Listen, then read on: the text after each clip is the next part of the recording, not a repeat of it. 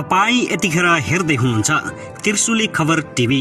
24 घण्टा ताजा खबरको लागि हाम्रो च्यानललाई सब्स्क्राइब गर्नुहोला, नजिक रहेको बेल आइकन दबाई हामीसँग जोडिनुहोला। राष्ट्रिय सभा रहँदासम्म प्रधान न्यायाधीश चोलेन्द्र शमशेर जबरा विरुद्ध लगाइएको महाअभियोग प्रस्ताव जीवित रहने, खल्तीबाट सिफारिस भएका उम्मेद्वार मान्ने हुने छैन। माओवादी अध्यक्ष प्रचण्ड राष्ट्रिय सभा रहँदासम्म जबरा विरुद्धको महाअभियोग प्रस्ताव जीवित रहन्छ। वर्षमान पुन गठबन्धन कार्यदलको बैठक साँझ 6 बजेबाट सुरु। आजै सिट बाँडफाँड टुङ्गाउने दाबी। 10 बजेसम्म बैठक बढेर भए पनि सिट बाँडफाँड टुङ्गाउँदै खल्तीबाट गरिएको सिफारिस पार्टीलाई मान्ने नहुने प्रचण्डको चेतावनीपछि माओवादीमा खैरा भैला। निर्वाचनको मिखैमा एकाएक नेकपा एमालेमा खैरा भैला। एकाएक एमाले अध्यक्ष केपी शर्मा ओलीलाई यो के भयो? नेकपा एमालेमा रुवाबास आखिर के भएको हो ओलीलाई? एमालेप्रति आक्रोशित हुँदै कानुन मन्त्रीले भने काम चलाउ सरकार नभन्नुहोस्। नेपाललाई भारतसँग गाप्ने नेहरू डिट्रेकलाई सार्थकता बनाउन गठबन्धन लागिरहेको छ। नेकपा एमालेका नेता शङ्कर पोखरेलको आरोप। एउटा संविधानविदले भनेको भरमा सांसदको कार्यकाल सुरु र अन्त्य हुँदैन, कानुन मन्त्रीको आक्रोश। नेकपा माओवादी केन्द्रका अध्यक्ष पुष्पकमल दाहाल प्रचण्डले किन भने यस्तो? प्रचण्ड भन्छन् केही दिनभित्रै अनौठो हुनेवाला छ, अचम्म नमान्नुहोला। आखिर के गर्दैछन् माओवादी अध्यक्ष प्रचण्डले? के कम्युनिस्ट एकता हुँदैछ त? र सरकारलाई नेकपा एमालेको चेतावनी। मङ्सिरको 4 को निर्वाचनपछि 2 खाले सांसद हामीलाई स्वीकार्य छैन। काङ्ग्रेसबाट प्रतिनिधि र प्रदेशसभा चुनावका लागि पति पत्नी र दाजुभाइको सिफारिस। मनोनयनकी मितिबाट संसदको कार्यकाल सकिने व्यवस्था गर्नुपर्ने गगन कुमार थापाको माग। अब हेर्नुहोस् पुरा समाचार।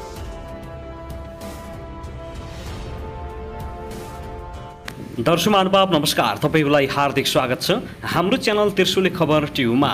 यदि हाम्रो च्यानललाई अहिलेसम्म सब्स्क्राइब गर्नुभएको छैन भने सब्स्क्राइब गरी नजिक रहेको बेल आइकन दबाई हामीसँग जोडिनुहोला। दर्शक महानुभाव, फेरि पनि हामी तपाईहरु माझ निकै महत्त्वपूर्ण अपडेटका साथ उपस्थित भइसकेका छौं। यो भिडियोलाई अन्तिमसम्म हेरी हामी साथ दिनुहोला।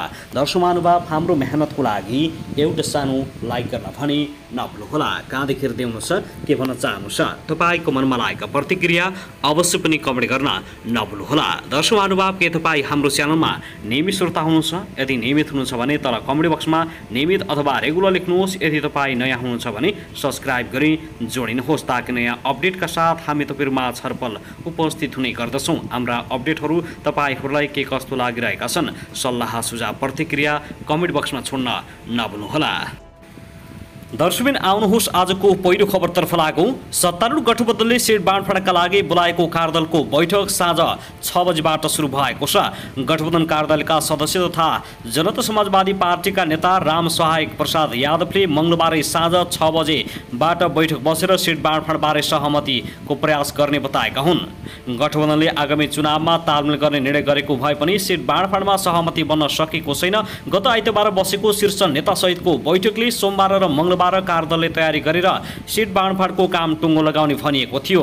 गठबन्धनमा रहेका दलहरूले निर्वाचन क्षेत्र र सिटको बाँडफाँडबारे एकैपटक प्याकेजमा निर्णय गर्ने तयारी भइरहेको जानकारी दिएका छन्।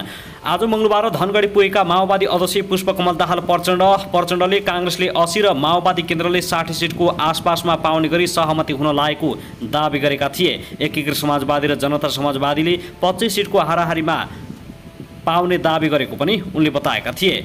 नेपाली काङ्ग्रेसले सुरुमा 100 सिटमा दाबी गरेको थियो, अहिले 80 सिटको आसपासमा सहमत हुने सम्भावना छ। हामीले 60 सिटमा दाबी गरेका छौँ। हामीले पनि त्यसको आसपास अथवा तलमाथि केही होला, तर त्यसकै वरिपरि हुन्छ भन्ने विश्वास प्रचण्डले भनेका थिए। आज जसरी पनि राति 10-11 बजेसम्म बैठक बसेर भए पनि सिटको भागभण्डा मिलाउने गठबन्धनले तयारी थालेको छ।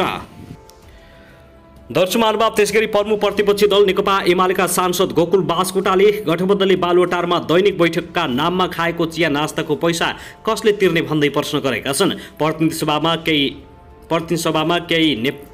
सभा बैठकमा केही नेपाल ऐन संशोधन विधेयकमाथि संशोधन प्रस्ताव पेश गर्ने क्रममा बास्कोटाले यस्तो प्रस्ताव गरेका हुन्।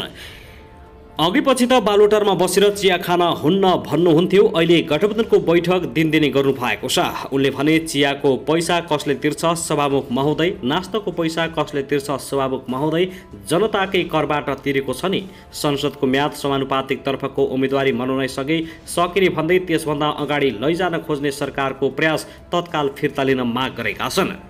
साथै गोकुल बास्कोटाले नेकपा माओवादी केन्द्रका अध्यक्ष पुष्पकमल दाहाल र नेपाल समाजवादी पार्टीका अध्यक्ष बाबुराम भट्टराईप्रति कटाक्ष गरेका छन्। काङ्ग्रेसको भिखमा चुनाव जितेर प्रधानमन्त्री र सांसद बन्ने सपना देखेको भन्दै व्यङ्ग्य गरेका छन्। उनले फेसबुकमा लेखेका छन्, माओवादी नेता पनि कहिलेकाहीँ त रमाइलो कुरा गर्छन्। सुप्रिमो चुनावपछि सडकमा जाने रे, अनि डाक्टर बाबुरामले चाहिँ पृथ्वीनारायण शाहले देश एकीकरण गरे जस्तै राजनीति एकीकरण गर्ने रे।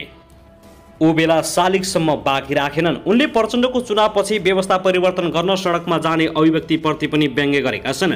माओवादीले युद्धकालमा शालिगहरू भत्काएको प्रति असन्तुष्ट पोखेका छन्। उनले कटाक्ष गर्दै भनेका छन्, बन्नु छ काङ्ग्रेसी भिखमा परम र सांसद, गफ चाहिँ यस्ता यस्ता धम्काउने र थर्काउने कला मान्नै पर्छ। दर्शक महानुभाव, त्यसैगरी नेकपा एकीकृत समाजवादीका अध्यक्ष माधव कुमार नेपालले सत्तारूढ गठबन्धनभित्र प्रदेशसभा र प्रतिनिधि सभाको सिट बाँडफाँडको विषय पेचिलो बन्दै गएको बताएका छन्। पार्टी निकट नेपाल दलित मुक्ति संगठनको काठमाडौँमा मंगलबारबाट सुरु भएको केन्द्रीय कमिटी बैठकमा बोल्दै उनले आगामी मङ्सिर 4 गते हुने प्रदेशसभा र प्रतिनिधि सभा निर्वाचनमा तालमेल गरेर जाने सत्तारूढ दलहरूबीच सहमति भए पनि सिट बाँडफाँडको विषय सम्भव हुन्छ वा हुन्न भन्ने प्रश्न उठेको स्पष्ट पारेका छन्। उनले आफ्नो पार्टीले भने त्यसलाई बनाएर अगाडि बढ्न चाहिरहेको उल्लेख गरेका छन्। चुनावमा आफ्नो पार्टीका उम्मेदवारहरूलाई जिताउने गरी संगठन परिचालनको काममा जुट्न पार्टीका नेता कार्यकर्ताहरूलाई निर्देशन दिएका छन्। अब हामीले चुनावमा लाग्नु छ, चुनावका लागि नै संगठन बनाउनु छ, संगठन परिचालन गर्नुपर्ने छ। अब काठमाडौँ र सदरमुकाममा बस्ने होइन, अब बस्ती बस्तीमा जाने हो। त्यसका निम्ति को उठ्यो ठुलो कुरा होइन। हाम्रो पार्टीका कलम चिन्हका उम्मेदवार उठेनन्, हामीले समानुपातिकमा सबै ठाउँमा उम्मेदवारी दिन्छौँ। उनले भने त्यसको निम्ति हामीले प्रत्यक्ष निर्वाचन मात्रै होइन, समानुपातिक निर्वाचन पनि सँगसँगै हुने भएकाले समानुपातिकको मतमा प्रतिनिधि सभामा पनि कलम छाप, प्रदेश सभामा पनि कलम छाप, अनि प्रत्यक्षतर्फ उठेका हाम्रा उम्मेदवारलाई पनि हामीले कलम छापमा भोट हाल्न खसाल्ने हो। पार्टीको हैसियत र सामर्थ्य वृद्धिका लागि सिङ्गो पार्टी पङ्क्ति परिचालन हुनुपर्ने उनले जोड दिएका छन्। चुनावलाई लक्षित गरेर बस्ती बस्तीमा पुगेर संगठन निर्माण र परिचालनको काममा खटिन सिङ्गो पार्टी पङ्क्तिलाई सचेत गराएका छन्। अहिले हामी विभिन्न पार्टीहरूसँग चुनावको तालमेल गर्दै अगाडि बढिरहेका छौँ। यो तालमेल गर्दै अगाडि बढ्दै जाने क्रममा नै हामी सिटको बाँडफाँड गर्न चाहिरहेका छौँ। त्यो कति सम्भव छ, कति सम्भव छैन भन्ने बारेमा पनि प्रश्न उठेको छ। हामीले सम्भव तुल्याउन चाहिरहेका छौँ। त्यसो भएको हुनाले हामी तपाईँहरूबाट के आशा गर्छौँ भने सम्पूर्ण पार्टीका कार्यकर्ता साथीहरू, मुक्ति संगठनका सबै नेताहरू, केन्द्रीय सदस्यहरू सबै अब सदरमुकाम र राजधानीमा बस्ने होइन, सबै गाउँ गाउँतिर परिचालित हुन जरुरी छ। दर्शक महानुभाव, त्यसगरी सरकार सम्बन्ध दलहरूले मङ्सिर 4 का लागि तय गरिएको प्रदेश र सङ्घीय निर्वाचनको सिट बाँडफाँडमा कुरा मिलेको बताए पनि प्रमुख घटक माओवादी केन्द्रका अध्यक्ष प्रचण्डले निर्वाचनपछिको पहिलो प्रधानमन्त्री मागेपछि समस्या उत्पन्न भएको छ। गठबन्धनका दलहरू बढीभन्दा बढी सिट लिने प्रयासमा लागेको र पद बाँडफाँडलाई पनि केन्द्रमा राखेर प्रचण्डले पहिलो प्रधानमन्त्री मागेपछि समस्या उत्पन्न भएको स्रोतले जनाएको छ। गठबन्धनका तर्फबाट कार्यदलमा नेपाली काङ्ग्रेसबाट पूर्व महामन्त्री कृष्ण प्रसाद सिटुला, सञ्चार मन्त्री ज्ञानेन्द्र बहादुर कार्की र महामन्त्री गगन कुमार थापा, नेकपा माओवादी केन्द्रबाट महासचिव देवप्रसाद गुरुङ, उपमहासचिव वर्षमान पुनु भए पनि उनीहरूले सिट सङ्ख्या टुङ्गाउन नसकेपछि शीर्ष तहमा भएको वार्तामा प्रचण्डले प्रधानमन्त्रीको दाबी गरेका हुन्। सिट बाँडफाँडको निर्णयसहित प्रतिवेदन दिने कार्यभार पाएको कार्यदलको साउन 23 गते बसेको पहिलो बैठकले सिटोलालाई संयोजक बनाएर सिट बाँडफाँड प्रयास गरिरहेको थियो, तर अहिलेसम्म सिट बाँडफाँड हुन सकिरहेको छैन। चुनावी तालमेल गरेर निर्वाचनमा जाने निर्णय भइसकेका कारण सबैले आफ्नो दाबी छोड्न जरुरी रहेको ती नेताले बताएका छन्। काङ्ग्रेस पदाधिकारीले भने जस्तो गठबन्धनका हरेक दलले बढीभन्दा बढी सिट खोजिरहेकाले बाँडफाँडमा टुङ्गो लाग्न ढिलाइ भएको हो भने होइन भन्ने छुट्याउन कठिन हुँदा प्रचण्डले आफूलाई केन्द्रमा राखेर सिट खोजिरहेको स्रोतले जनाएको छ। काङ्ग्रेसले निर्वाचनपछि नै प्रधानमन्त्री पदको विषयमा कुरा गर्ने बताइरहँदा प्रचण्डले भने अहिले नै टुङ्गाएर जानुपर्ने अडान लिएका छन्। काङ्ग्रेस सभापति एवं प्रधानमन्त्री शेरबहादुर देउवा र माओवादी अध्यक्ष प्रचण्डले मङ्सिरपछि गठन हुने सरकारको नेतृत्व गर्न चाहिरहेका छन्। उनीहरू दुवैमा पहिलो चरणमै सरकारको नेतृत्व लिने चाहना देखिएपछि काङ्ग्रेसले यसलाई पछि सार्न खोजिरहेको छ। तर प्रचण्डले मुखै खोलेर पहिलो चरणको प्रधानमन्त्री मागेको स्रोतले बताएको छ।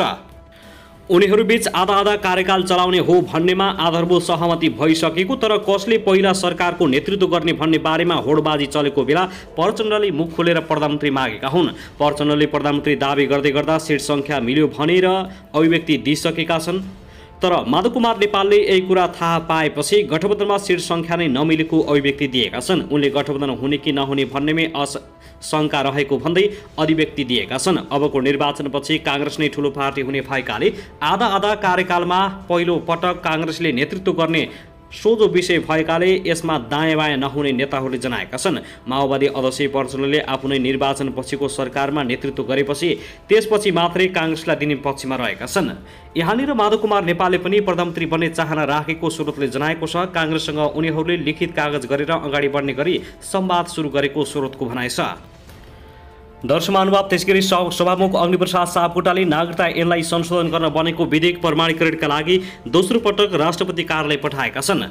सभामुख अग्निप्रसाद सापकोटाको सचिवालयका अनुसार सभामुखले प्रमाणित गरेर विधेयक राष्ट्रपति कार्यालयमा पठाइएको हो। राष्ट्रपति भण्डारी प्रतिनिधि सभा र राष्ट्रिय सभाले पारित गरेर प्रमाणीकरणका लागि पठाइएको नागरिकता विधेयकमा सन्देशसहित गत 29 गते फिर्ता गरिदिएकी थिइन्। राष्ट्रपति भण्डारीले नागरिकता विधेयक फिर्ता गर्दा संघीय संसद समक्ष जानकारी, अध्ययन र विमर्शका लागि, सातबुद्धि र ध्यान आकर्षणका लागि भन्दै अर्को 8 बुद्धि सन्देश पठाएकी हुन्। राष्ट्रपतिले पुनर्विचारका लागि फिर्ता गरे पनि प्रतिनिधि सभा र राष्ट्रिय सभाले विधेयकमा कुनै परिवर्तन गरेको छैन। प्रतिनिधि सभाले भदौ 2 गते राष्ट्रपतिले पठाएको विधेयक जस्ताको त्यस्तै पारित गरेको थियो। त्यस्तै राष्ट्रिय सभाले पनि भदौ 17 गते विधेयक जस्ताको त्यस्तै पारित गरेको थियो। राष्ट्रिय सभाले पुनर्विचारका लागि विधायन व्यवस्थापन समितिमा पठाए पनि विधेयकमा कुनै परिवर्तन भएन। राष्ट्रिय सभाले संसदीय समितिमा पठाए पनि पर्याप्त छलफल हुन पाएन। राष्ट्रपतिबाट फिर्ता भएको विधेयक संघीय संसदबाट प्रस्तुत रूपमा जस्ताको त्यस्तै वा संशोधन सहित पारित गर्न सक्छ, पुनर्विचार गर्नुपर्छ भन्ने बाध्यकारी छैन। राष्ट्रपतिबाट मनोनित राष्ट्रिय सभा सदस्य वामदेव गौतम र विमला राई पौडेलले पर्याप्त छलफलको माग गरेका छन्। उनीहरूले जस्ताको त्यस्तै पारित गर्नुले राष्ट्रपति कार्यालयको अपमान भएको धारणा राखेका थिए। उनीहरूले आवश्यक छलफल र परामर्श बिना नै पारित गरिएकोमा आपत्ति जनाएका थिए। राष्ट्रिय सभाले विधेयक पारित गरेको जानकारी आइतबार प्रतिनिधि सभालाई पठाएको थियो। राष्ट्रिय सभाको सन्देश प्राप्त भए लगतै सोमबार सभामुख अग्निप्रसाद सापकोटाले विधेयक राष्ट्रपति कार्यालय पठाएका हुन्।